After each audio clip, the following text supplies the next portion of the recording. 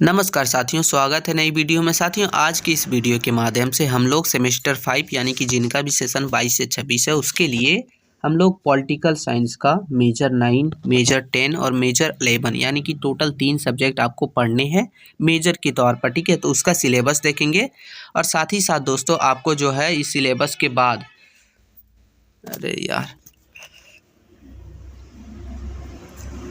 और इसके सिवा आपको एक माइनर सब्जेक्ट भी पढ़ना है जो कि सेमेस्टर 3 वाला जो आप रखे थे वही पढ़ना है। उसका आप कौन सा सब्जेक्ट है आपका, आप कमेंट करके ज़रूर बताइएगा ताकि उसका भी आपको सिलेबस मिल जाए। इसमें चलिए एक एक करके तीनों देखते हैं। तीनों आपको 100 मार्क्स का है, 4-4 क्रेडिट का है। ठीक है, तो चलिए मेजर 9 हम लोग पहले देखेंगे जिसमें आपको पढ़ना है ग्लोबल पॉलिटिक्स। ठीक है, चलिए देखते हैं इसका। हिंदी इंग्लिश दोनों में आपको जिसमें देखना हो देख ले, हम हिंदी में करवा रहे हैं। तो पहला यूनिट हो जाता है यानी कि पहला में आपको पढ़ना है कि वैश्वीकरण, इसका संकल्पना, इसके वैकल्पिक दृष्टिकोण, संप्रभुता पर बहस। तो ये आपको पढ़ना है पहला। दूसरा हो जाता है दोस्तों कि वैश्विक बैंक, इसका महत्व, वैश्विक राजनीतिक अर्थव्यवस्था के उद्घोतक, विश्व बैंक, विश्व व्यापार संगठन, एक संक्षिप्त परिचय इसके बारे में। तो ये आपको पढ़ना है। तीसरा हो गया वैश्विक महिला आंदोलन। चौथा है दोस्तों वैश्विक राजनीतिक परिस्थितिकी मुद्दा। पांचवा है वैश्विक राजनीतिक एनपीटी और सीटीबीटी। ठीक है, तो ये पढ़ना है। ठीक है, छठा हो गया दोस्तों वैश्विक राजनीतिक, जिसमें आपको अंतर्राष्ट्रीय आतंकवाद, इसके बारे में एक संक्षिप्त परिचय आपको जानना जरूरी है क्योंकि क्वेश्चन कुछ भी पूछ सकता है।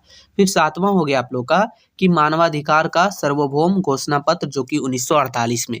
तो ये आपको टोटल 7 टॉपिक्स पढ़ना है मेजर 9 में जो कि पॉलिटिकल साइंस है। ठीक है, यानी कि राजनीतिक विज्ञान। ठीक है, तो ये आपको पढ़ना है दोस्तों। इसके लिए कुछ पुस्तक के नाम दिए गए हैं जिस पुस्तक के माध्यम से आप जो है ये सब टॉपिक्स क्लियर कर सकते हैं। ठीक है, अब हम लोग दोस्तों देखेंगे मेजर 10। ठीक है, जिसका है कि पॉलिटिकली आइडियोलॉजी, इसके बारे में पढ़ लेंगे। इसका सिलेबस हम लोग देखेंगे इसमें कितने टॉपिक्स हैं। ठीक है, तो इसमें भी टोटल 7 हैं जो कि पहला हो जाता है हम लोग के लिए कि राजनीतिक विचारधारा, इसका अर्थ देखना है, इसका अंत वस्तु देखना है, तो ये है। दूसरा इसमें राष्ट्रवाद के बारे में पढ़ना है दोस्तों। तीसरा हो गया साम्यवाद के बारे में पढ़ना है। चौथा है लोकतांत्रिक समाजवाद के बारे में पढ़ना है। पांचवा है टराजकतावाद। ठीक है, टराजकतावाद। फिर पांचवा हो गया ददारवाद। फिर हो गया सातवां दोस्तों मार्क्सवाद। तो ये आपको पढ़ना है। ठीक है, ये टोटल 7 हैं जो कि मेजर 10 में पढ़ना है।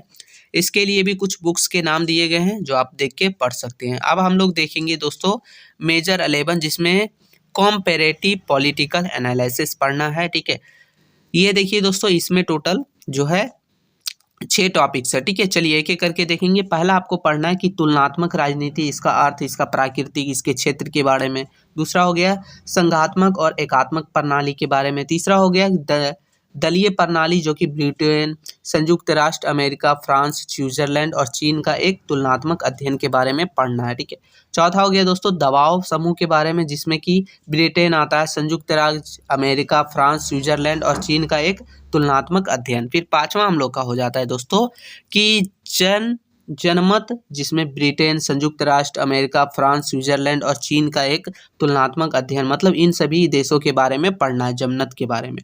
छठा हो गया संविधान का सामाजिक आर्थिक आधार, जिसमें ब्रिटेन, संयुक्त राष्ट्र अमेरिका, फ्रांस, स्विट्जरलैंड और चीन का एक तुलनात्मक अध्ययन। तो ये आपको टोटल 6 है। ठीक है, 6 टॉपिक्स है जो पढ़ना है। इसके लिए कौन कौन से किताब है, पुस्तक लिस्ट दी गई है, पुस्तक सूची, जिसके माध्यम से आप क्लियर कर सके।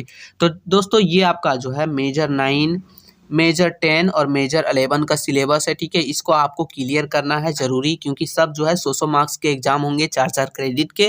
तो ये भी सेमेस्टर 4 के जैसा आप लोग के लिए बहुत ज़्यादा इंपॉर्टेंट है। अभी से आप कीजिएगा तब आपका जो है जल्द ही क्लियर होगा। और साथ ही साथ सेशन भी लेट है तो एग्ज़ाम जो है ना सेमेस्टर 1 के एग्ज़ाम के बाद या फिर 2 के एग्ज़ाम के बाद आपका ले लिया जाएगा। तो ये चीज़ ध्यान रखिए। ठीक है, तो मिलते हैं नई वीडियो में। इसका PDF आपको हमारे टेलीग्राम चैनल पर मिल जाएगा।